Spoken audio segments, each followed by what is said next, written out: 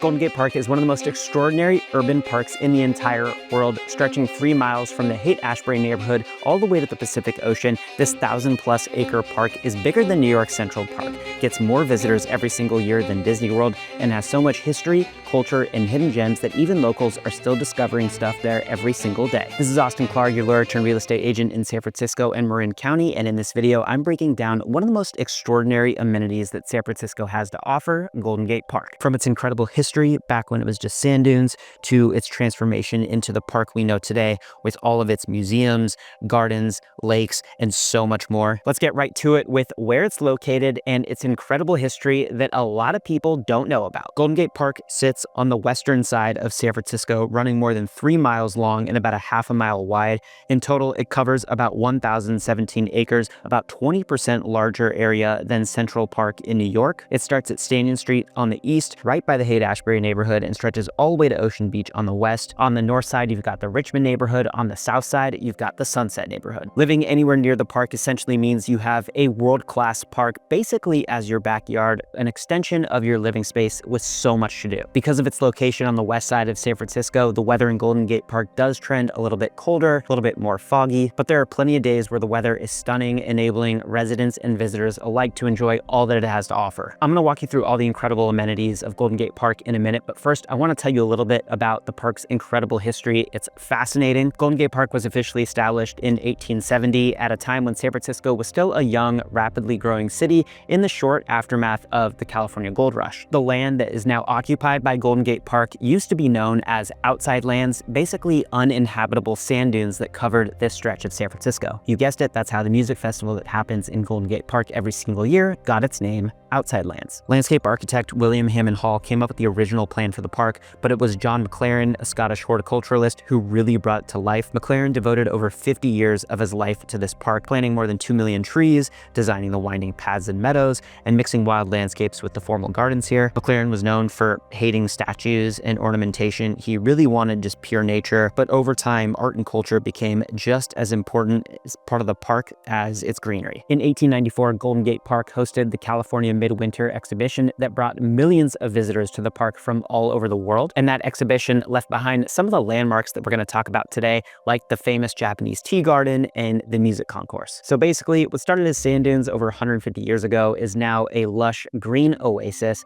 with a ton of cultural and historical landmarks that we know and love today in San Francisco. Before I get to what's in Golden Gate Park today, if you could do me a huge favor, if you like videos about San Francisco, current events, new developments, San Francisco lifestyle, or all things San Francisco real estate, subscribe to my channel because I make videos about that stuff every single week. And if you're thinking about buying a place in the city and having trouble picking the right neighborhood for you, or want to better understand what's happening in our local market, given all the changes we're seeing throughout the city, reach out to me. I was a lawyer at one of the biggest law firms in the world before getting into real estate, and I've helped numerous clients relocate here from all over the country. I'd be happy to be a resource for you. I'll put my contact info in the description below. Reach out anytime. Now let's get right to all the incredible things that Golden Gate Park has to offer, and we're going to start right in the heart of the park at the music concourse. The music concourse is a sunken oval plaza built for the 1894 Midwinter International Exhibition, surrounded by trees, fountains, walkways, and some incredible museums that I'm going to talk about in a second. And at the heart of the music concourse is the Spreckels Temple of Music,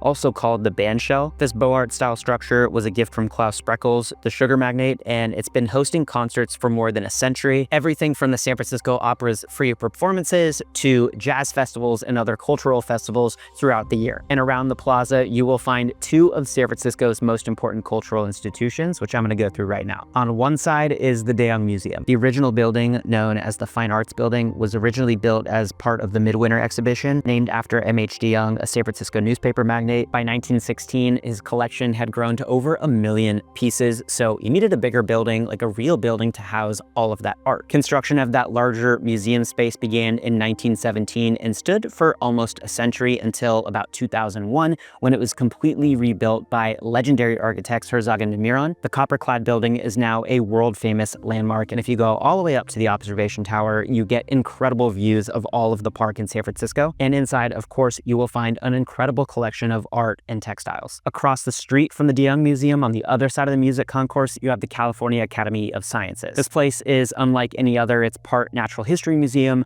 part planetarium, part aquarium. It's a mix of all these incredible science-based activities. You can walk through a 4-story rainforest dome, you can watch penguins being fed, you can see a 30-year-old albino crocodile named Claude, and then head upstairs, you can see a living green roof planted with 1.7 million native plants. Designed by world-famous architect Renzo Piano, it's one of the most sustainable buildings in the entire world, and it's gorgeous. It's great for kids, and even for adults. They host adults-only nights with drinks at the museum certain days throughout the year. And just steps away from both of these landmarks in the music concourse is my favorite place in all of Golden Gate Park, the Japanese Tea Gardens. It was originally built as part of the 1894 Midwinter Exposition by an Australian immigrant, but it was later expanded and cared for by a Japanese landscape designer named Makoto Hagiwara, who actually lived there with his family until he died. His daughter took over for him and lived there with her children until they were unfortunately evicted and forced into internment camps in 1942. The 5-acre garden in Golden Gate Park is now the longest standing public Japanese garden in the entire country, and walking through it really feels like you are stepping into a completely different world. You'll see an iconic drum bridge,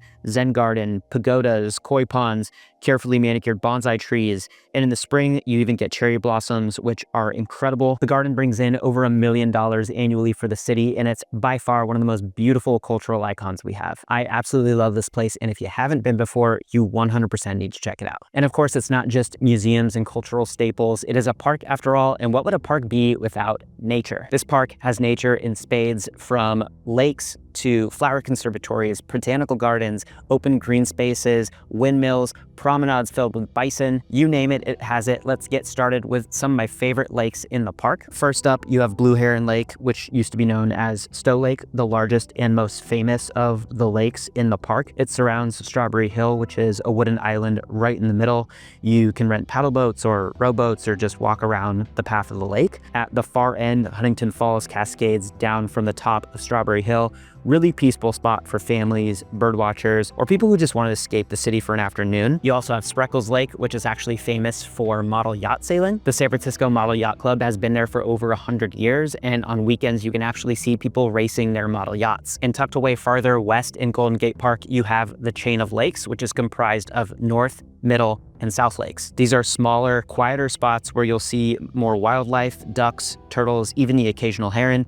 These lakes are perfect if you want to avoid the crowds and just enjoy the more natural side of the park, walk around the path, and just take it all in. And adding to the mix of natural offerings are beautifully manicured floral spaces throughout the park. One of the most iconic, most famous is the Conservatory of Flowers. Built in 1879, it's the oldest surviving municipal wood and glass greenhouse in North America. The bright white building looks something out of a Victorian postcard, and inside you'll find exotic orchids, tropical plants, and rotating exhibits. At night, they light up the side of the Conservatory of Flowers with projections, basically city art, a great example of how the city turns its natural setting into an art exhibition. Nearby is the San Francisco Botanical Garden, which is a 55-acre living museum with around 8,000 species of plants from all over the world. You can wander through redwood groves, Southeast Asian rainforests, South African succulent gardens, all of that within a few minutes of the Conservatory of Flowers. It's especially famous for its magnolia collection, which blooms every single winter. It's a plant lover's paradise being in Golden Gate Park. And if you're a plant lover, you won't want to miss the windmills surrounded by tulip gardens in the park. At the western edge of the park, out near Ocean Beach, you have 2 massive Dutch windmills. They're originally built in the early 1900s to pump groundwater and irrigate the park, and now they're one of the most visited destinations of the park because of the peaceful, beautiful setting. North Dutch Windmill is surrounded by the Queen Wilhelmina Tulip Garden, which was donated by the Dutch royal family.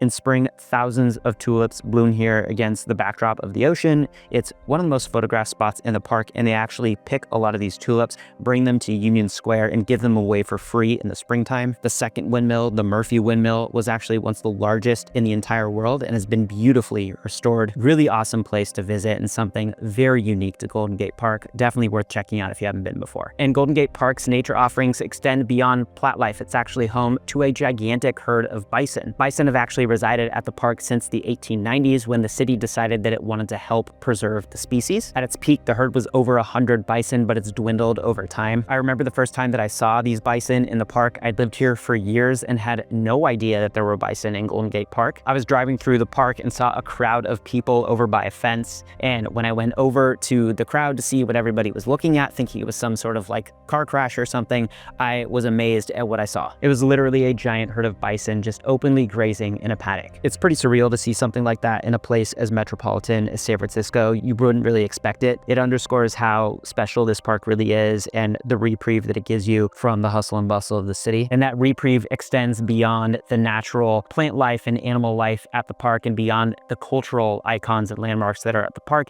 It also extends to recreation. There's an 18-hole disc golf course tucked into the trees near Mark's Meadow, free to play, and it's become a real community hub for tournaments. There's a 9-hole public golf course on the west end, literally golfing in the middle of one of the world's greatest cities. It's very strange when you think about it, but it's awesome. You have a polo field, which was originally built for polo and later used for rugby and even auto racing. Today, it's just a multi-purpose field. They use it for a ton of different things, soccer matches, community events, and most famously, it's the central stage for the Outside Lands Music Festival, which draws over 200,000 people every August. And now you know the origin of the name Outside Lands too. And scattered throughout the park, you have tennis courts, soccer fields, there's an archery range, and a ton of open space for people to hike, walk, or just lounge around. And over the past few years in particular, the park has been undergoing a transformation to adjust to the realities of post-pandemic life and to improve safety for pedestrians and bikers. And one of the biggest transformations in recent years was the creation of the JFK Promenade. What used to be a busy road cutting through the park has been permanently closed to cars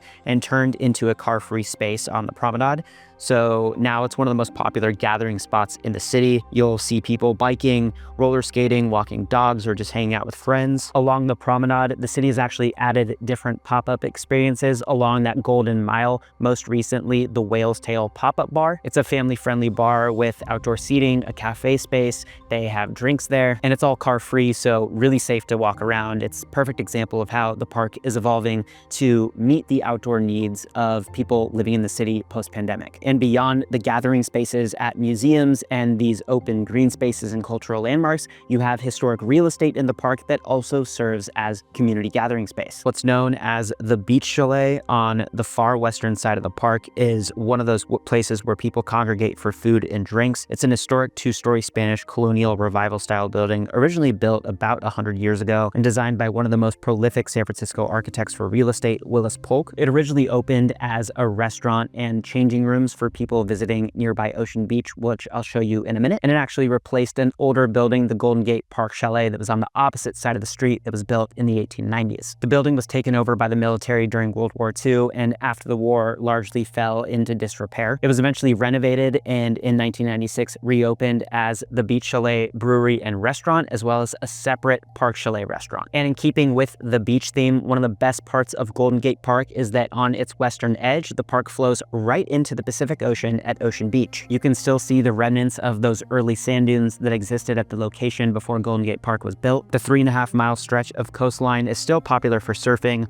long walks, dog runs, and bonfires. The fog can really roll in heavy, but when the sun breaks through, you get some of the most spectacular sunsets in the city, and it's a great spot for bonfires. It's the perfect way to end a day in Golden Gate Park after exercising and eating or drinking your way through the area. It's also home to a brand new park created on the Upper Great Highway. Used to be open to cars. It was recently closed down to cars and turned into an open space similar to the JFK Promenade, car-free space perfect for pedestrians and bikers. It's a very controversial park. Residents in the area didn't necessarily want it because they were afraid closing it to car traffic would create more car traffic in other areas and more impact those local residents than it would people living in other parts of San Francisco who were in favor of the park. It remains a very hotly contested park space, but it remains a park space for now and open and available for anybody to use. Well, there you have it. That's everything you need to know about Golden Gate Park, probably more than you ever thought there was to know about Golden Gate Park. It is an anchor for San Francisco lifestyle, culture, nature, and community space all in one. If you live nearby in neighborhoods like the Richmond, Sunset, Haight-Ashbury, or Cole Valley,